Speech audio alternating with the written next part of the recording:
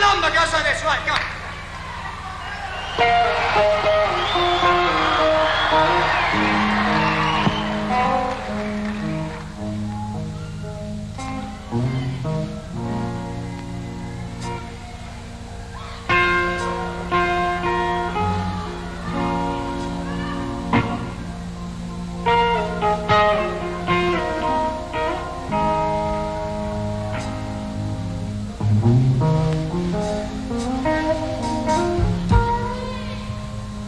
Something told me it was over.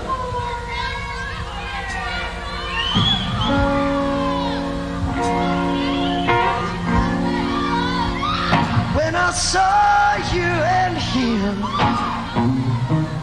talking,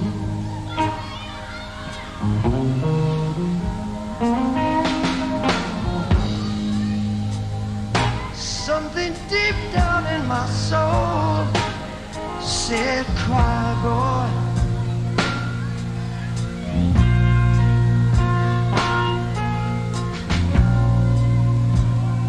When I saw you and him walking,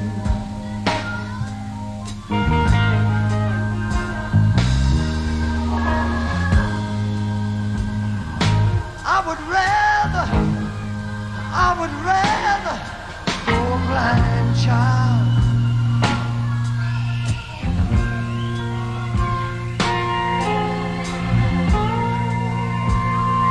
than to see you walk away from me.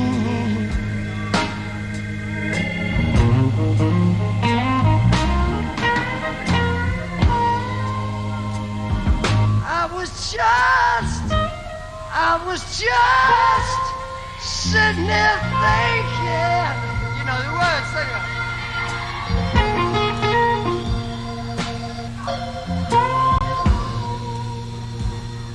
Of your kiss and your warm embrace.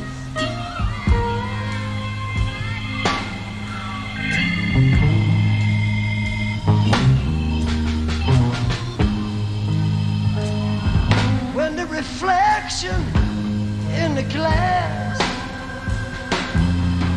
that I held to my lips now, honey,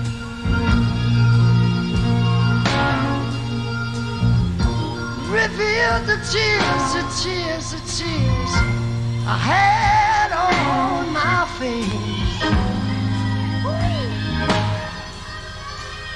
Whoa. I would rather lose my eye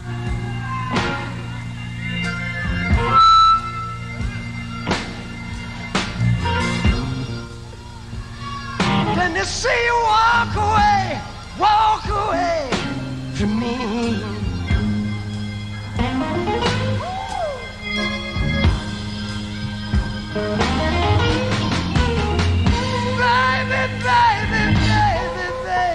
Baby, I'd rather go blind.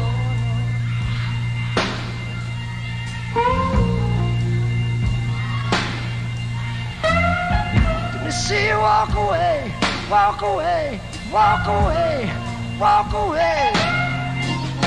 from me.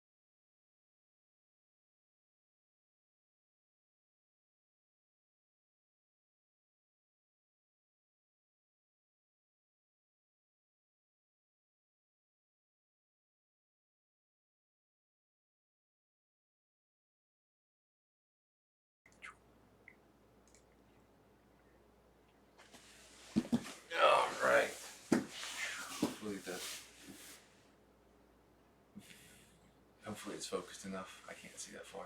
Me neither. That's the first thing I think is going in my age, or went in my age, started going, was my eyes. Yeah.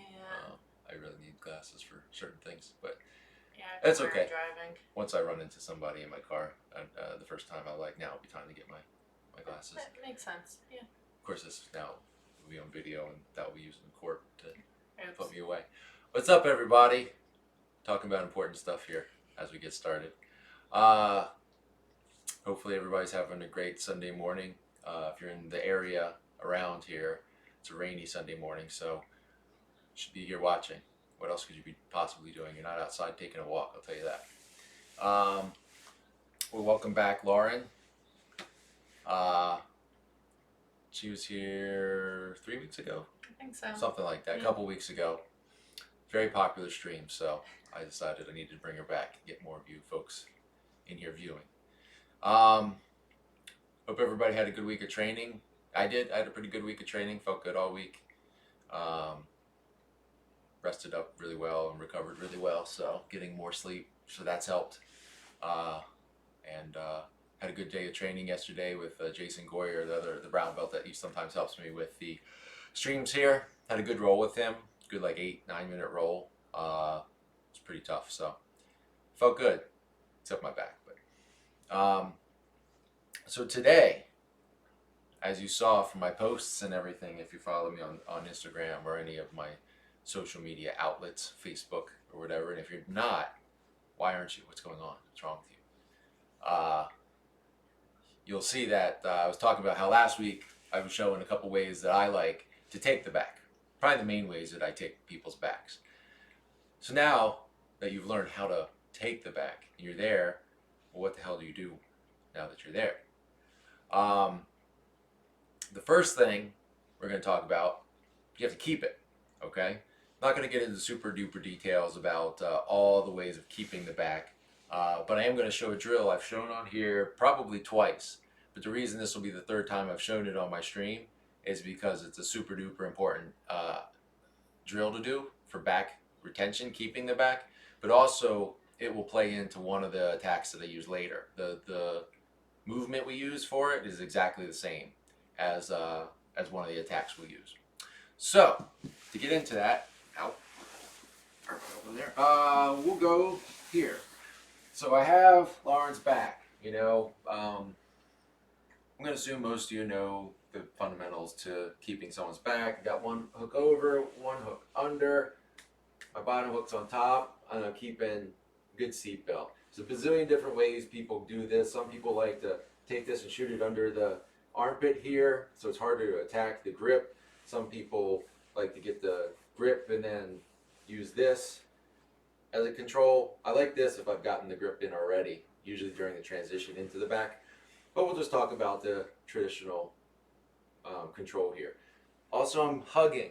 You know, I'm not really ever trying to be far away here. Let's turn sideways here real quick. You know, if I'm here and I have this seatbelt grip, but I'm really loose, a lot of space between my back and her back, or my chest and her back, I'm giving her a lot of room to swivel around and move and stuff, and that's how people are going to get out. Okay, once you get here, I'm trying to be tight. The way I would explain it is like like I'm a backpack. You know, she really can't throw me off. If she turns or rolls, my chest is basically connected to her back. Okay. The other thing, let's spin around this way, that I'm trying to do, I need to mute my phone, is I'm trying to keep my head tight. You know, when I'm in mount and when I'm on people's back, I really focus on trying to kind of connect my head to their head. There's a lot of things I can do from here, you know, in terms of pushing their head with my head, especially from mount. I think I talked about that in the Ezekiel. Well, actually, that was last time when Lauren was here with Ezekiel, using my head to drive their head. But the other thing is, when we're keeping somebody, keeping on someone's back, if her head and their head has a lot of availability to move around, it's going to make it easier for them to escape. Okay, so we don't want to allow that. So we're going to keep tight, like I said, like a little backpack. Okay, so let's go ahead and scoot this way. So what we're going to do now is we're going to show a drill that you should really be drilling to get it fundamentally part of your reaction when someone's trying to escape from your back control. And it's this. So we have our control. So if we're on this side, we're going to do it from both sides, okay? And we'll switch around just to show it from both sides, but it's exactly the same concept, okay? We come to this side here. She pushes my hook off, and she starts to get flat, okay? So at this point, this is where I have to be ahead of her, okay? If I sit here and let her get all the way flat on the ground and stuff, and I start coming up, there's lots of problems here. She can get under me. She can go to deep half. There's a lot of things that I'm not going to want to have happen. So, again, like I said, we're keeping tight on her back. We're maintaining that control and making sure we don't lose it. So as we come over and she gets that hook off, we're going to start to come up to our elbow and drive our weight. Let's slide down a little bit this way. Okay? And we're going to drive our weight down into the elbow. Okay? I'm keeping this hook tight. I'm going to make sure it stays between her legs here. And I'm taking my back knee, and I'll have to switch around to show you, but I'll show you on the other side how this works. And I'm taking my knee and I'm sliding it up as far behind her head as I can get it. So I'm driving her forward, sliding my knee up here. If I look, I lift her head, my knee's here now, okay? I'm keeping tight, and now all I'm doing is pulling her back. It's very easy, because my knee's so high, it's gonna come out from under her. Boom, here, get the back again. So she's going to do the same thing on this side. Take this hook out and try to start getting flat. So I'm going to drive into her. You see how high my knee gets up? Then I can sit back and fall. Boom. Get my hook back again. Okay? We're going to. I've shown that drill a couple times, so I'm only going to show it like that once. If you want to see it more, go back to some of my streams previously. I think one of those streams is called Drilling for. Let me turn this phone off so that it doesn't keep dingle-dangling during the whole stupid thing. But that's one of the two drills that for new people I say you should be drilling a whole lot. Okay, because if they can get out of your back control like that without you reacting and keeping the back, you're never going to be able to do any of these attacks, okay? Sometimes people go for these attacks, the other person starts escaping, and they still just focus on attacking, and then you've lost the whole position. And then you really don't have any options at that point. You have to move to something else. Or they get out, you know, and now you're in a whole different position. Okay? So, first attack I focus on, we'll go straight on here. So the first attack in my probably most finished back submission is the cross collar from the back. Okay, it's very basic, but it's very basic or fundamental because it's very strong. You get it, there's not much they can do to stop it once you get the grips in. Okay, so I'll talk about just basically how to do it. The hard part about this, in truth, is getting this grip here. Once we have this grip, we're like 80% of the way there. We're already ready to finish. But getting this is a problem, okay? I'm not going to talk about that too much because most of the time when I get this, it's generally when I'm transitioning and taking the back. You know, some of the back takes I showed last week, some of those during the middle of taking the back, instead of grabbing and getting the seatbelt, I'll shoot across and get this grip and then grip here, and I use this as my seatbelt, you know, because they can't turn this way now, because if she starts to turn this way, it turns right into this choke. She doesn't like that. Sorry if it's a little tight.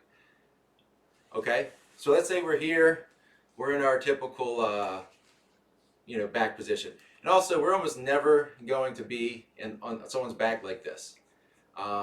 Very rare that you're sitting up like this.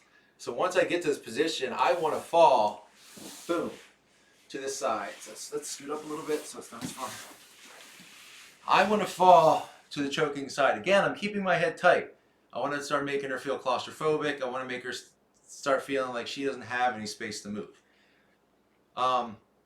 Most people, once they've done jiu-jitsu for a little while, they know they have to protect the choke here. So if I have a seatbelt grip here, she's going to have her, yeah, she's going to be trying to fight my hands, not let me get this grip.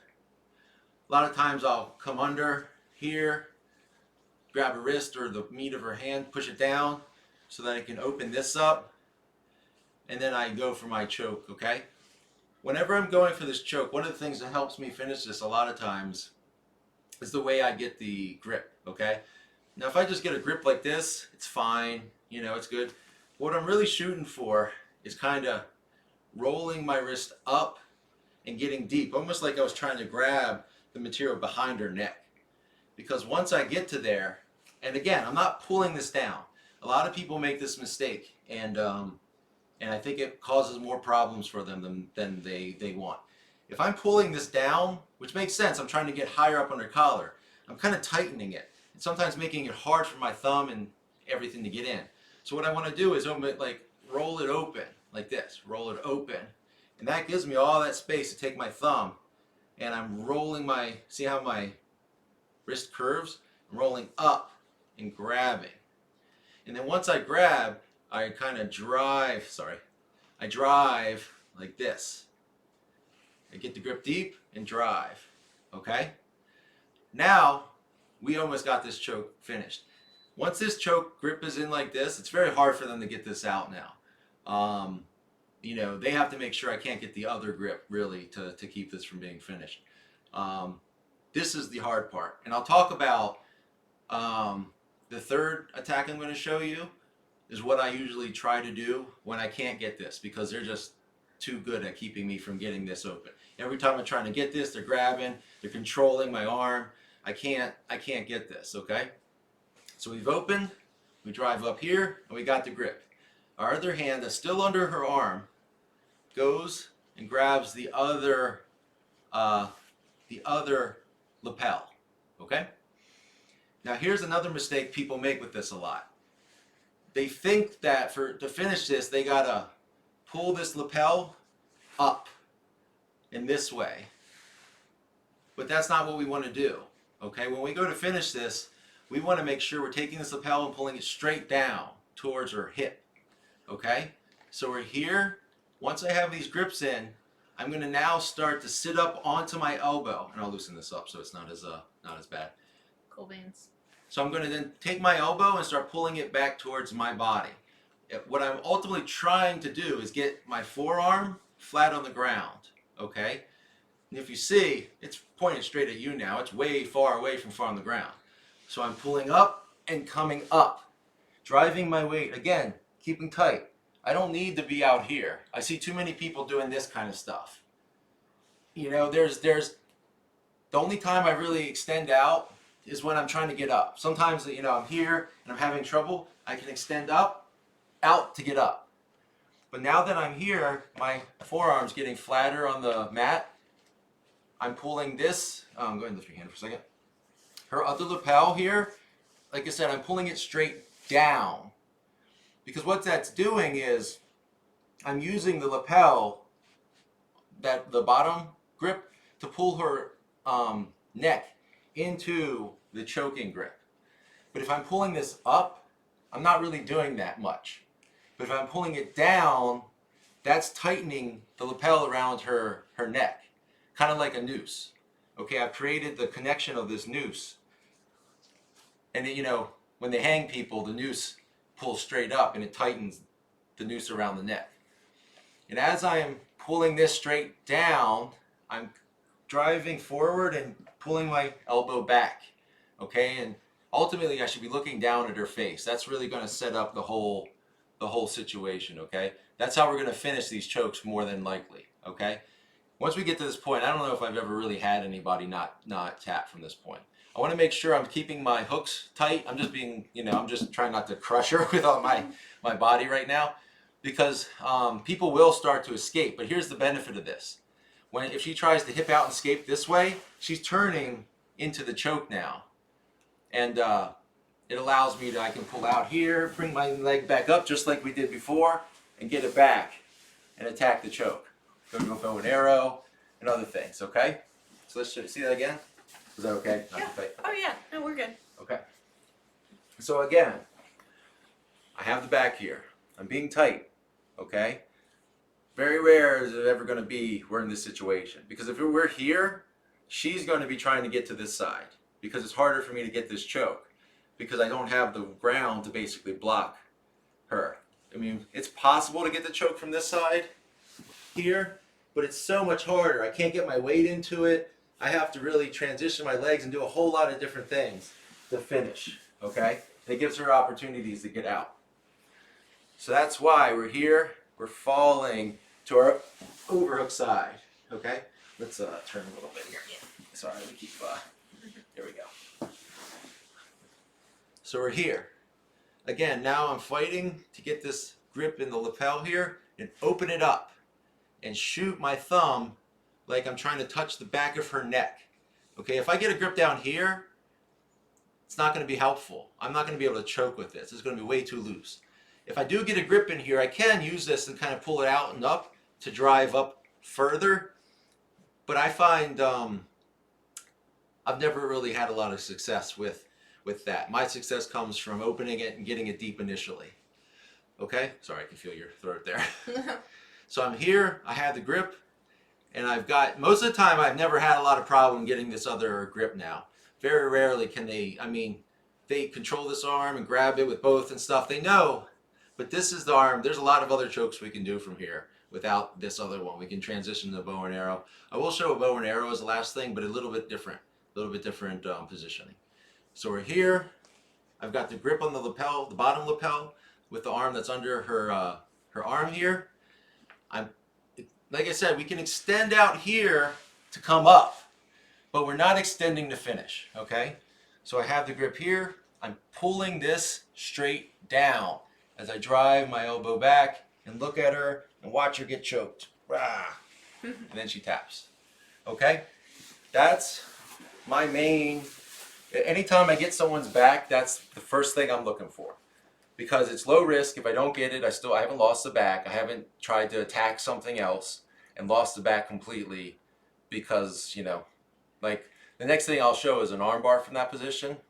If I go for the armbar and I miss it, I don't have the back anymore. I'm generally in a scramble or they're coming up into my guard. And at that point, I've kind of lost the position. That's why I like the cross collar. And the other thing is, this will work on anybody. Doesn't matter how big or small. I mean, if she gets my back, right? You know, I probably outweigh Lauren by a million zillion pounds. Okay? But we're here, we're gonna here. Boom. She opens it, gets that grip. Oh, that sucks. She extends up. There. It doesn't matter that I outweigh her by a lot. My neck's only so big, and that choke, it's terrible. Once you're stuck in it, you're done. You know, if they get the grip under the throat like that, pulling the other one down, it's pretty much a wrap. Okay? Does anyone have any questions about that? It's a pretty basic one. The only details I can really point out in that is making sure you're coming flat to your forearm as best you can. A lot of times you won't get all the way flat on your forearm before they tap. But the other thing is like I said, the biggest detail, the biggest thing I can tell you to focus on when you're trying to attack this is opening this and driving your thumb up and gripping heavy and then turning that wrist out. Because now everything is locked in tight. As soon as you start pulling this down, and again, if you look, I don't know if you can really see this, but if I'm doing this, I mean, this chokes, it doesn't feel good. You can see that it affects my breathing and everything. But if I pull this down and this across, it becomes much tighter, much quicker. It sucks. Because what I'm doing is I'm taking the slack out and then using this and pulling the elbow back, and it completely shuts everything off. Sometimes it will be kind of a windpipe choke, but this is a blood choke. People will go to sleep pretty quick with this. Okay? Since we have no questions about that, I will go into the way I attack the arm bar from the back here. Okay? So again, we're in a similar situation. I have the back here. Let's go turn this way. Again, same scenario. I want to fall, boom, to this side. Okay? But let's say, she's savvy. She knows I'm starting to open this. She's pushing my hand off and everything. So what I generally want to do then is I either have to roll or whatever, and I get a grip on her wrist or the meat of her hand. I kind of like the in-between space, and I drive it down, and I get a Kimura grip here, okay? With this grip, I have a lot of control of her. There's not a lot of places she can go from here when I have this grip tight, especially when I'm pulling up. Again, I'm keeping the backpack tight. But I can't finish any chokes from here. Sometimes I'll use this to switch, to hold this down, to fish. But if you see, I don't have a lot of space here to get this. Unless I've gotten this way open early, and then I pin it, and I can somehow start to climb in. It's an option, but I find it's not always a super strong option. So I'm here, and I have the arm controlled, and I have the Kimura grip. So let's say I've decided I just want to attack the armbar from here, okay? This is how I attack it. There's other ways of doing this. This is just the way I found the most success. And if you go back to the drill we started with, it's very, very, very similar in the movement we're going to do, okay? So the first thing I'm going to do is I'm keeping her tight. I'm going to extend this leg out, and I'm going to block her and put this foot on the ground, okay? Kind of like a body triangle, but not really. What I'm doing is I'm not putting it in the front of my leg here, because then I'll block my leg when I want to take it out. So I just make sure I'm almost kind of just putting my leg across her hip, where my heel is kind of hooking on the bottom of her hip, okay? I'm going to then, like I said, you can extend to come up to your elbow, and I'm driving her forward. This is where I can start to take my bottom leg out. And it's very similar to that drill. Keeping tight, but I have this grip, okay? I bring my knee up high, and I roll, boom, here. Get her head out of the equation, okay? The thing that's important here is this is when she's going to have an opportunity to start to flatten out and stuff. And that's why I'm keeping this Kimura grip tight to her chest, and I'm keeping my chest really hugged onto her tricep. Because if I'm loose here, especially at this point, she's going to start to flatten out, and I don't want that. So I'm keeping this tight, because when I'm tight here and I'm pressured into her, she can't flatten back out. She can't flatten out when her arm can't go anywhere, okay? I'm going to then drive my weight forward, which makes this back leg light. And here's where it can get a little mean sometimes. I don't think I have to do it too crazy to get it on her, but I'm sorry if I kick you in the face. So I'm here, I moved over, kick over, and boom, come back, okay? And I still have this Kimura grip, and see how I'm keeping it very, very tight. I don't want to have my legs wide here, because that's when she's going to push over here, get her head in, and now I can't really attack this armbar. So as soon as I step over, I'm keeping this heavy on her face, but my leg's pinched, okay? So if you like to finish the, I always do this, I always yell so much. If you like to finish the armbar where you're falling this way to come out to attack, especially if they're going to defend here, even though I have the Kimura grip, yeah, they're going to get some kind of defense. We can use this leg to kick and drive, boom, pop that open. Same thing if we're going and falling this way. The problem I see, or I always didn't like falling that way, is people like Lauren here, people like my first coach, will hitchhiker escape out of this. And if I'm falling this way, I'm not giving them the hitchhiker, but if they hit it at the right time, I'm going to lose the whole position. They're going to come up, and it's going to be bad. So what I personally like to do here, I'm keeping this tight. I feel good in this position. I have control, okay? I have no need to rush, okay? Unless there's like less time on the clock, it's a competition. I like to finish the other way, but I'm not going to fall this way with this grip setup. I don't like finishing like this, because I want to control her hips when I do it this way. Against much, much bigger folk that are really hard to break, they're really strong. I don't want to fight my arm strength against their arm strength, okay? So what I do now is I can let this grip go in terms of the control here. I already have my arm through. This arm's mine now.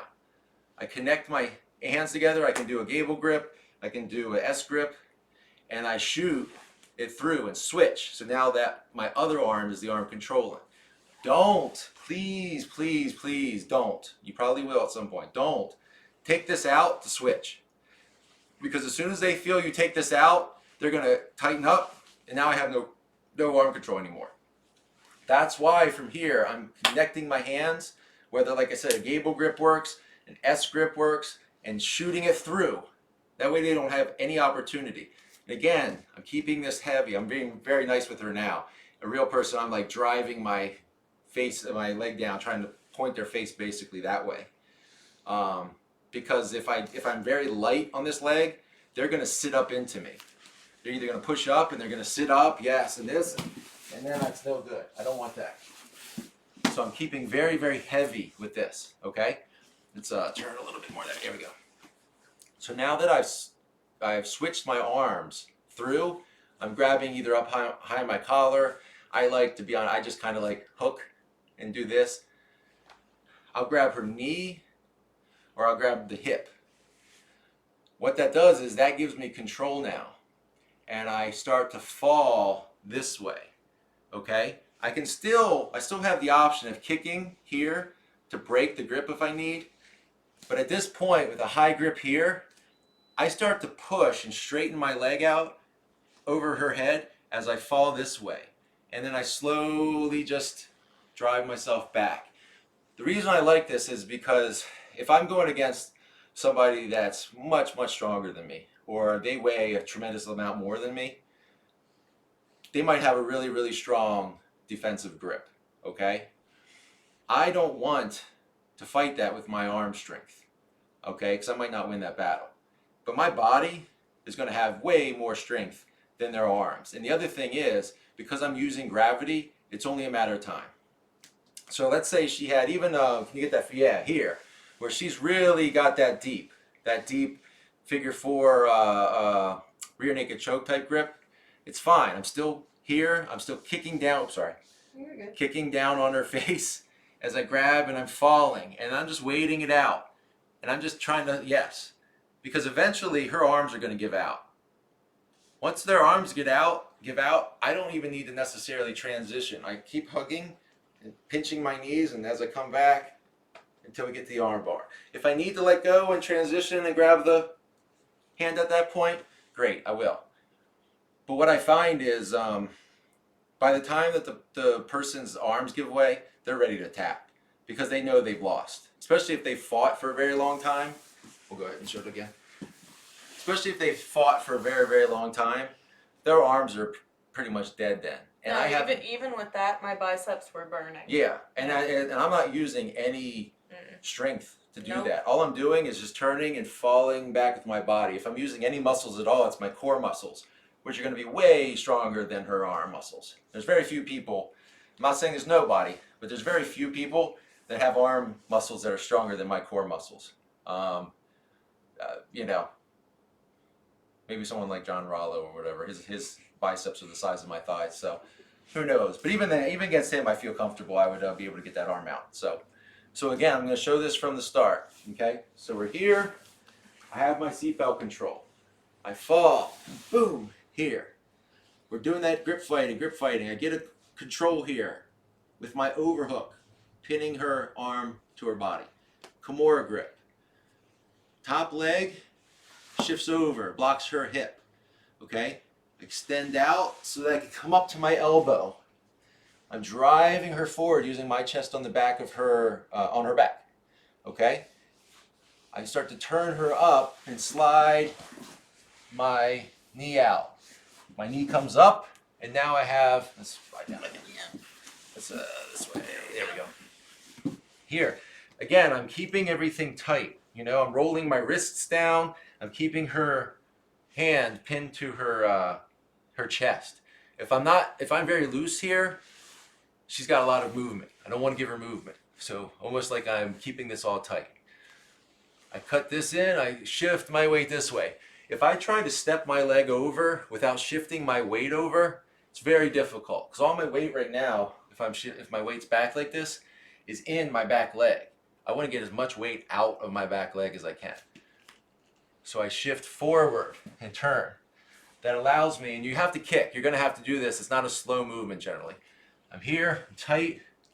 I kick over, boom, boom, fall back.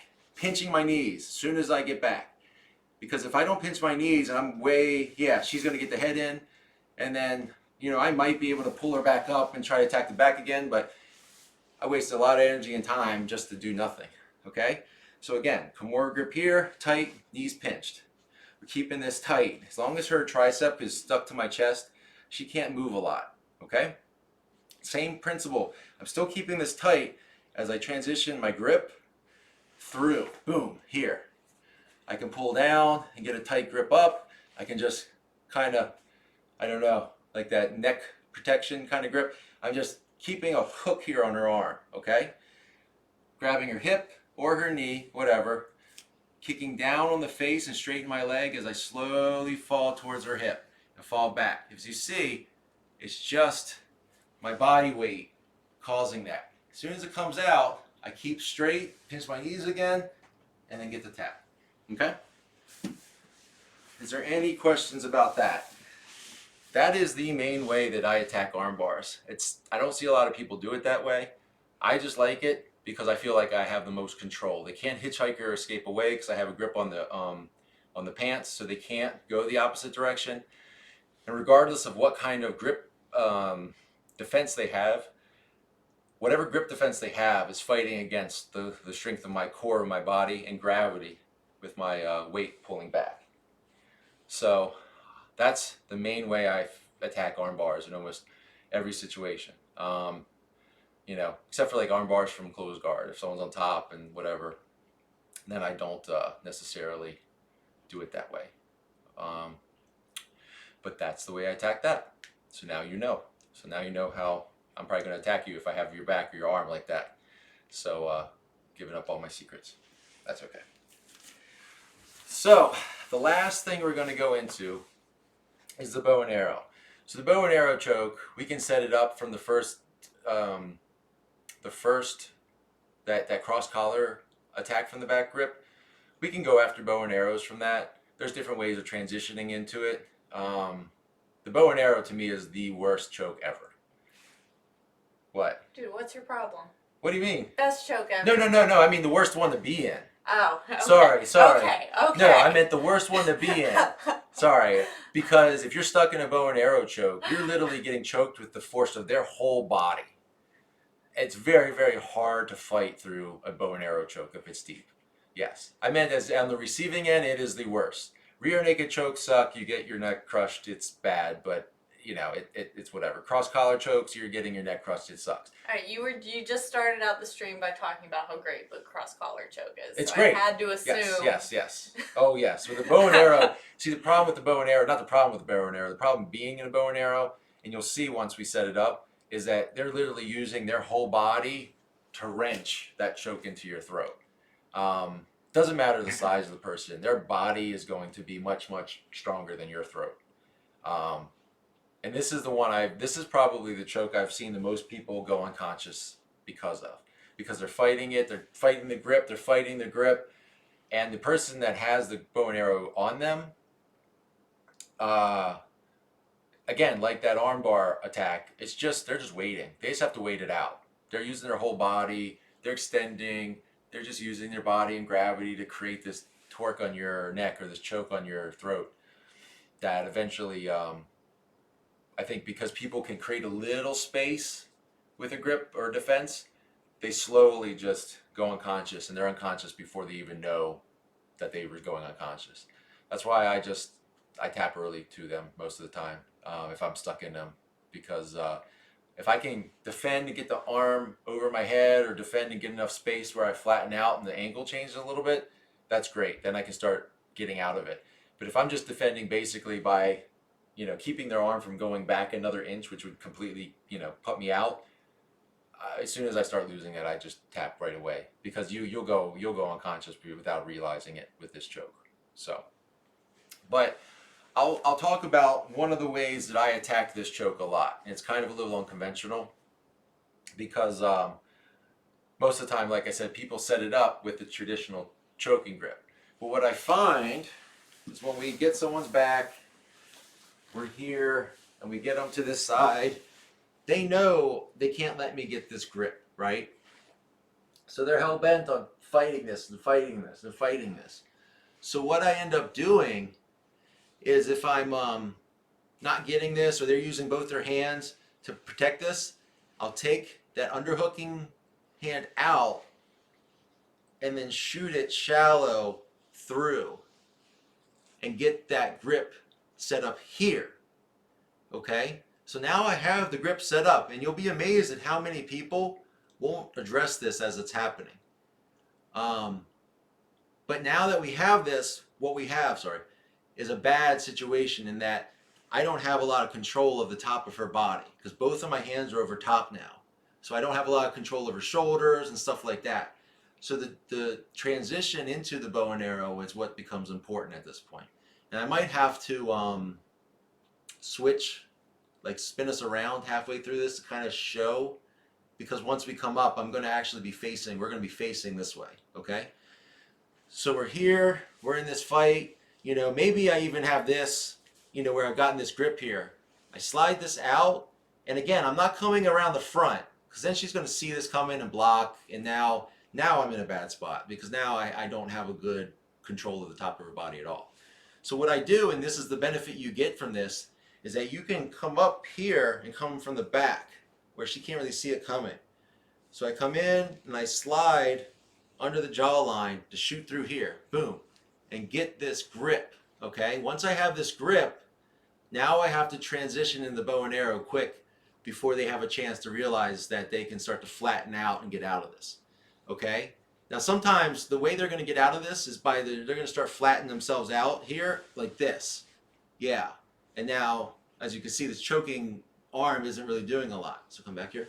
So what I can a lot of times do is if I get a grip here, I can keep them from turning out by controlling this, okay? If I get this grip, I almost always attack this arm now, because now I can still keep her tight. I'm going to take my top leg and place it on her hip and shift my hips enough to get this leg across. Very similar to the way we did the arm bar, where I'm trying to get this leg across to the opposite hip. Sometimes I can even hook the leg here like this, and that's perfect. Now I'm good to go. Okay, and now what I do is I extend out to switch to the other side. Now let's go ahead and spin, spin, spin, spin, perfect. So if you want to see it from the back here, I'm going for the hooks. Sorry if that's in your throat there. Sorry. Foot on the hip to shift my leg across. And then I can extend out to roll her this way. And we come up here. So I'm switching it. Now we're on the good side to choke. I transition, and this foot is now on the ground. I transition and grab the pants here, and I kick this leg out. So I can come over the shoulder, and boom. And then I just start to fall back. But remember, I'll loosen that up a little bit. Thanks. Sorry. Remember, don't fall straight back. Okay, we don't want to, if I'm falling straight back, I'm not driving this choking arm correctly. Okay, so what I want to do is tighten this by rolling my elbow in, and now I want to fall towards her hip. If I fall straight back like this, it sucks, but yeah, she's going to pull up. I'm not getting a good angle where I'm tight. But as soon as I start falling towards her hip, there's no, sorry. There's no way for this arm to come popping out of her head. Even if she's flattening out, it doesn't matter. I have the grip here, I'm tight, and I'm just slowly falling. Now, I loosen this up so that, you know, I wasn't just choking her terribly. But you're going to get this choke pretty quick now. Tighten your elbow, fall this way, and fall back and towards your hip, and you get the choke. The strongest choke, I think, that you can really set up from a gi position. I will show that again. Let me see if I can show it from this side now. So we're here. We got the hooks. I'm on the correct side with the defense, you know, but she knows she can't let me get this choking hand in. So I'm going to maybe even control here, pull this out, and then I'm coming in. This is probably the biggest detail with this, is I'm not being lazy with how I'm bringing this hand in, you know, because it's going to be very, very hard for me to get this if she can get my hand, okay? So what I'm doing is I'm taking my hand And you can do it like with a thumb grip, like a thumb forward type thing and drive through the jawline, or even the hand flat. Because if she's tucking her head, I'm coming down and under the jawline and driving under to get the grip. And now I have the grip. And as long as I can have this control of here, it's going to be hard for her to turn out. Okay? Sorry. Foot on the hip. Pop this across. Okay? Extend out. Keeping this elbow tight. I don't want my elbow flared up. Because as soon as I extend out, she's going to come out. Okay? So as soon as I get this grip in, I'm tightening my elbow and keeping it connected to my body. I start to extend out so I can roll us to the other side, which brings us over to here. And again, if you look, my elbow's tight, so there's no place for her head to pop out. Okay? It's almost like I'm creating a little basket under her head where my elbow's right behind it. Okay? I can keep this to the floor. I kick out over her shoulder, her hands. Hey, if I can control her hand even better, grab the knee. You can do it at the hip too. I like the knee in this situation. And then I'm just slowly falling. Again, it's not me extending. It's not my muscles really doing the choke now. It's really just me falling back in this direction and getting the choke. Okay, sorry. Okay, sorry. No more chokes for you today. It's a good one. Yeah, like I said, I'm not really trying to choke very hard there, and it's a bad one. And bad in meaning bad for the person getting choked. It's a great choke. Very rarely can people get out of that unless you're being lazy with your elbow placement, or they somehow just during the transition get enough space for their head to kind of get out a little bit and they flatten out. That's really the only ways that they can get out of this. But if you're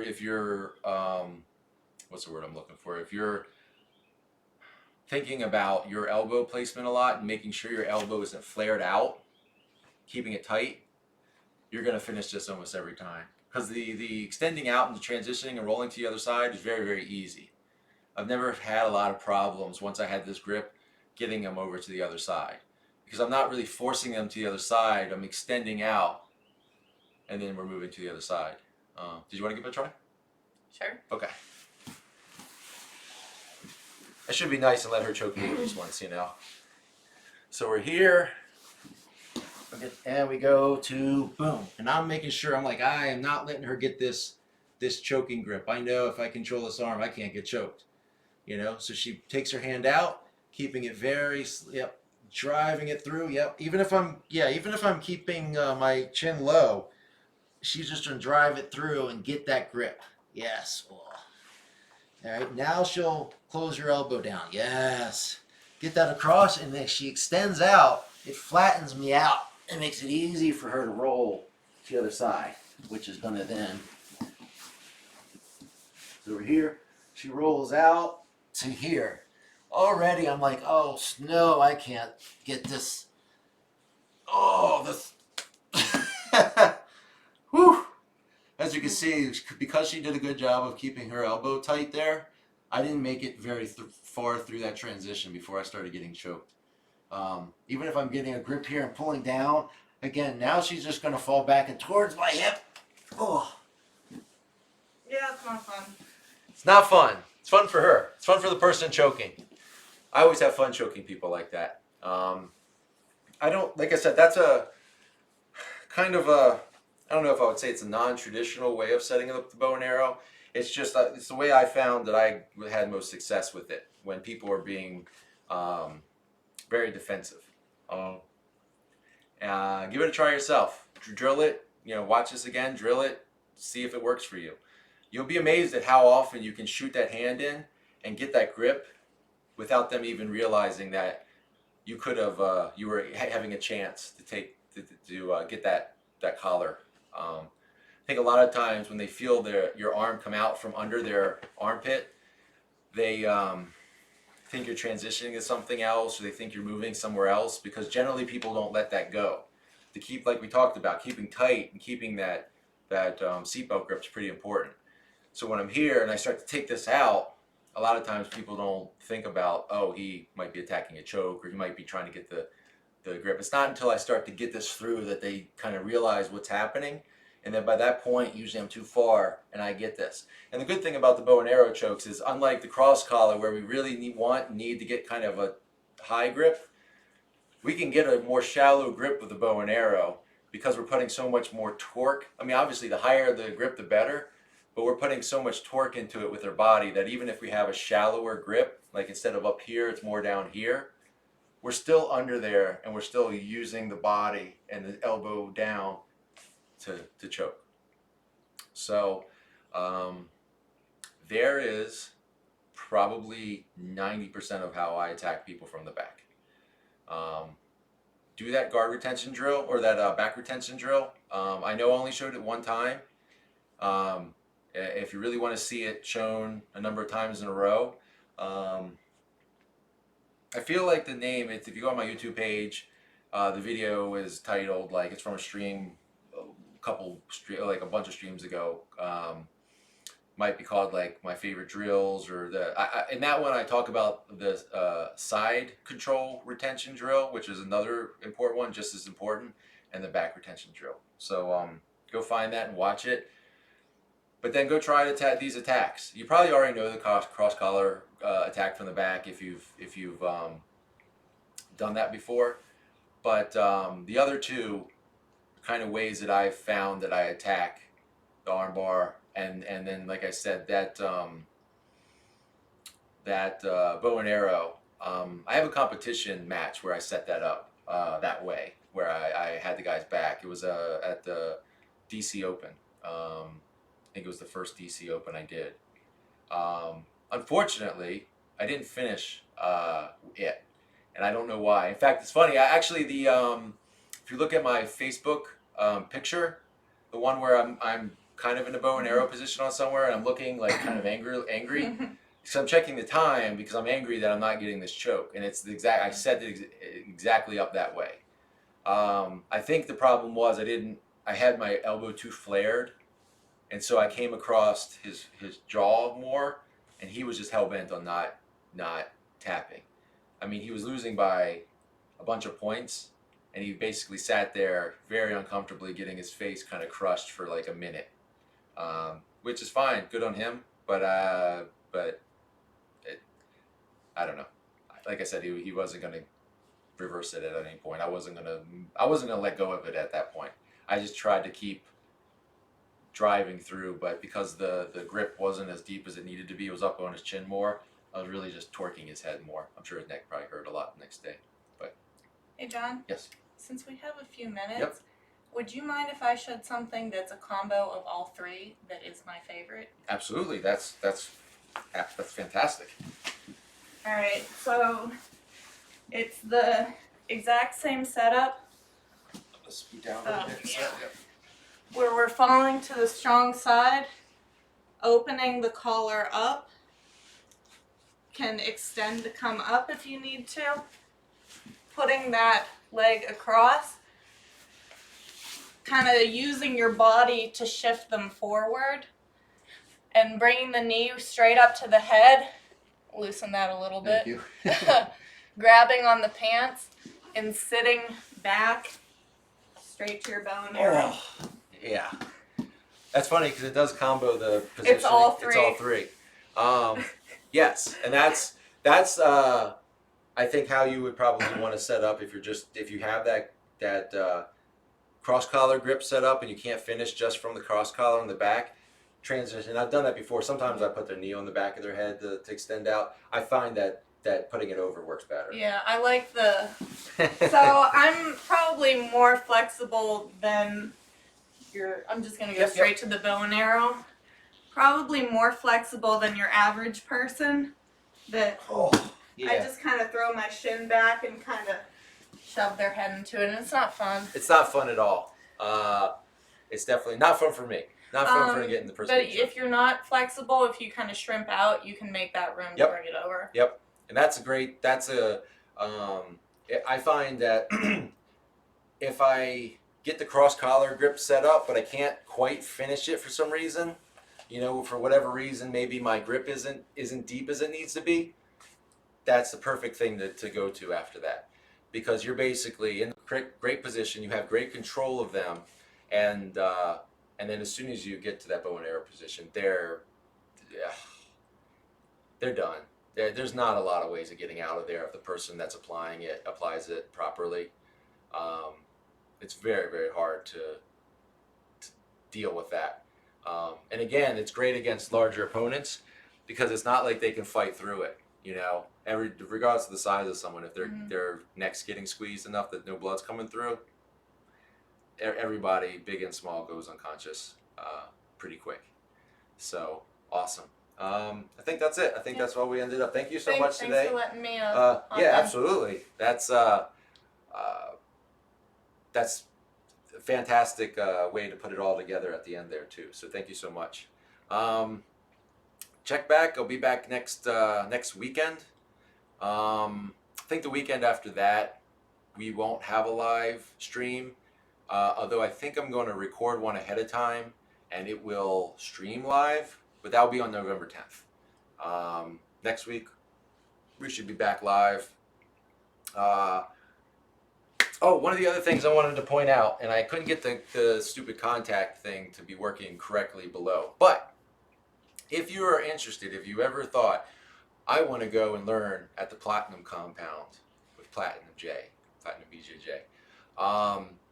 you can shoot me an email. I will probably be starting to do privates for people soon.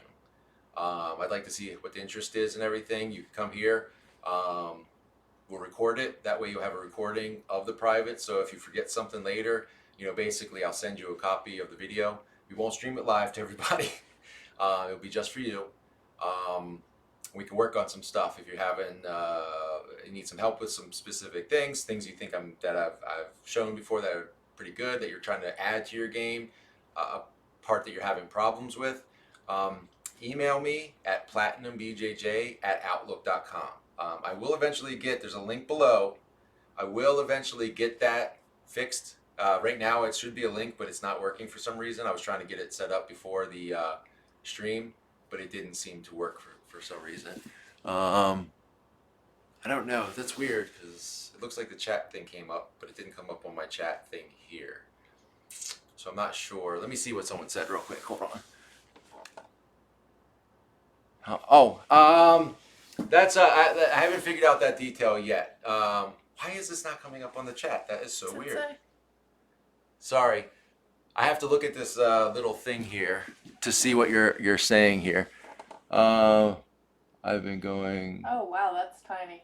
Doing it from subscribers. Oh hey, okay. Thanks, facility. Yeah, I know. I have to figure that out. That's weird. I hope people weren't chatting up the whole time and I wasn't seeing it because I was just like, man, everybody's so quiet. Yeah. I'll have to go back and look. Sorry about that. That's weird. Because I have two screens here, and the bottom one is where the chat should be coming through, but for some reason it's not. So so tell you what, email me at PlatinumBJJ@outlook.com, and we'll talk about pricing, because I'll have a couple different options depending if you want to just do one, if you want to do a couple. We'll see. And like I said, a part of it is as long as you want, you don't have to do this.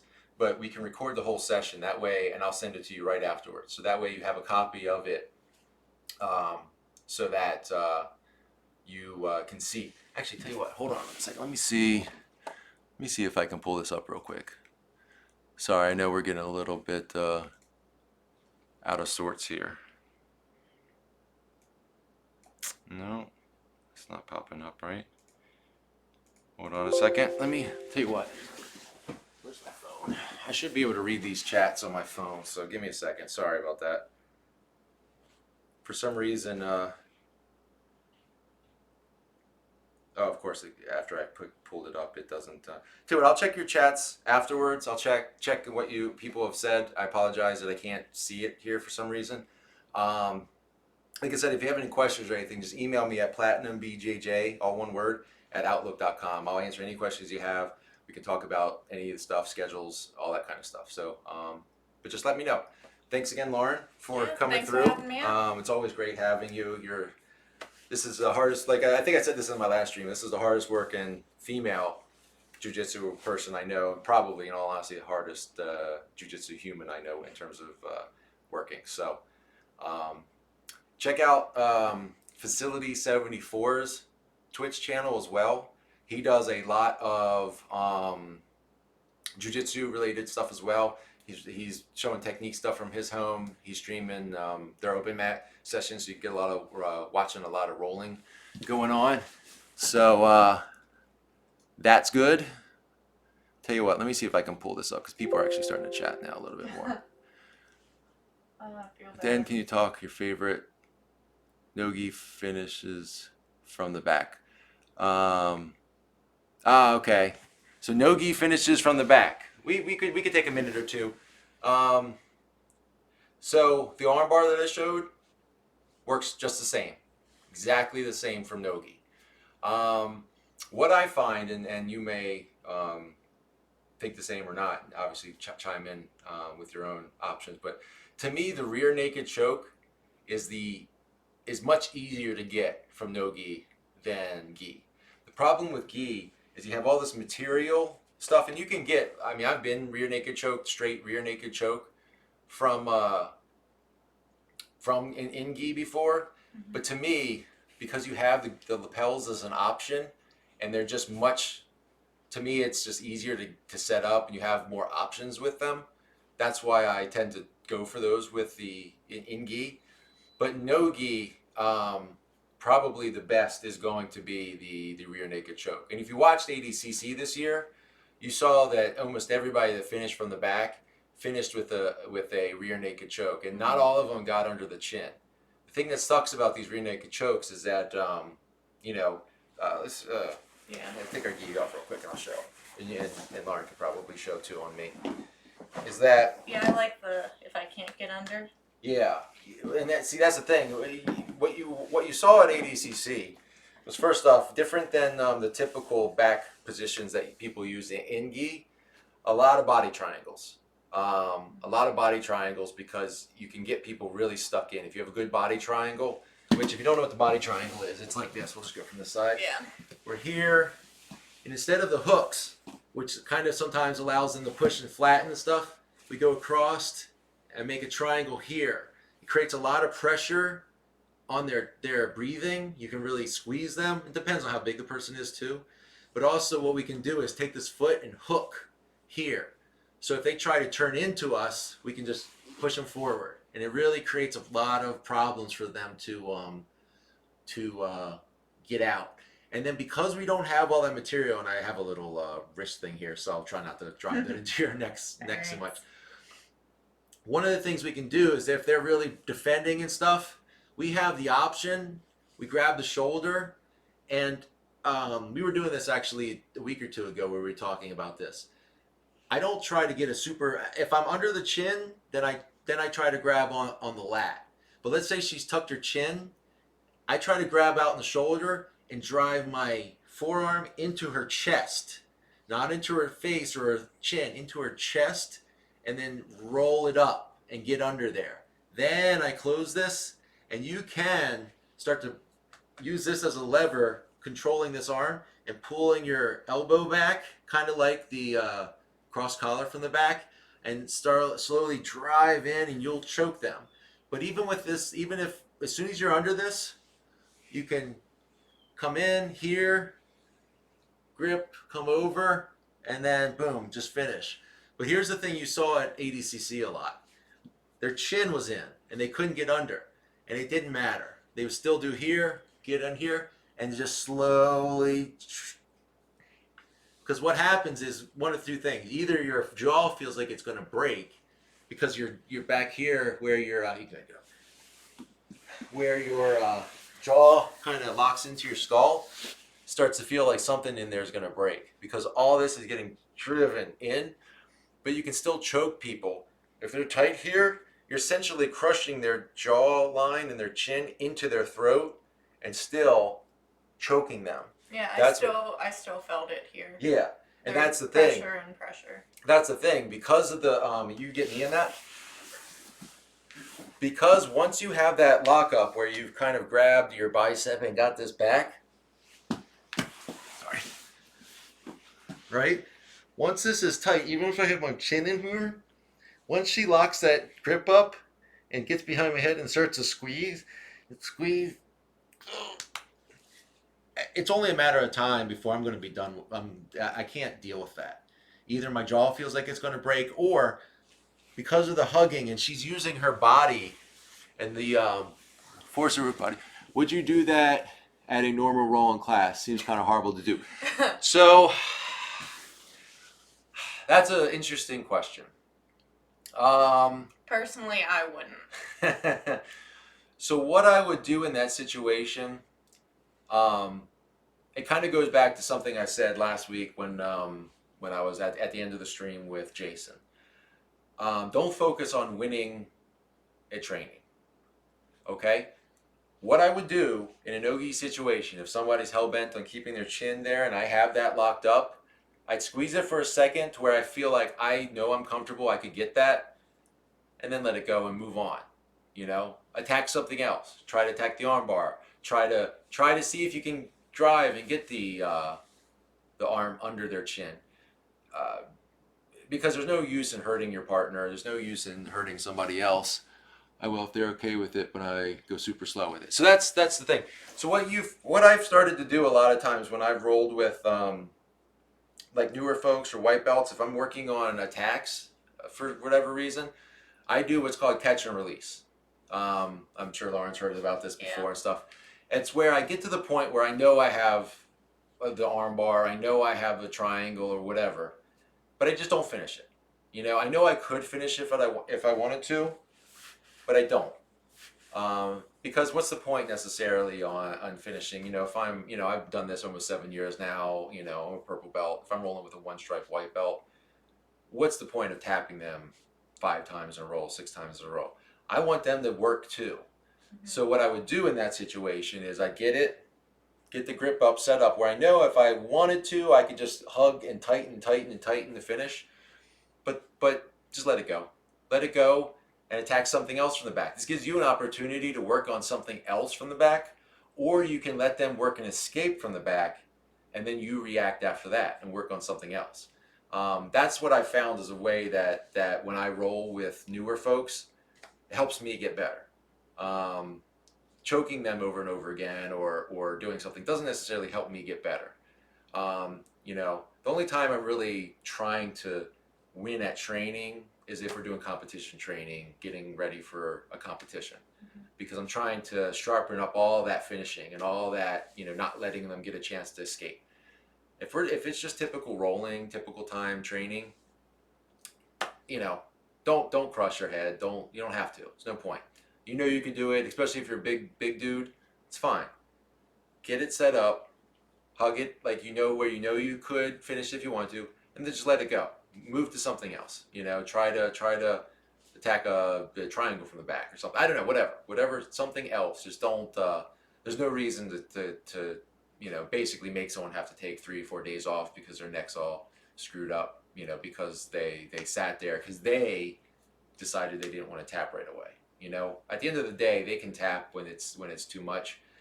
But especially if you're going with somebody that's lower belt than you or less experienced than you, or if you just know there's somebody that for whatever reason just doesn't want to tap. They don't tap in training. They don't like to tap in training. Them not tapping in training is going to affect their training. Don't let it affect your training. Just use the opportunity to, I know I got it, let it go, transition to armbar, transition to something else, work on something else, okay? Great question, thank you. I don't know why it didn't come up on the chat thing here. I'm sorry that that didn't work out very well. I'll have to fix that and figure out why that's messed up. But and also, as you might have noticed or whatever, I saw in my posts, we're not doing this on Facebook Live anymore. What I was finding was it was getting kind of stuck, and then it was getting behind. Like we'd be done the stream, and I'd open my Facebook app 2 minutes after we were finished, and it was still 3 minutes left in the stream.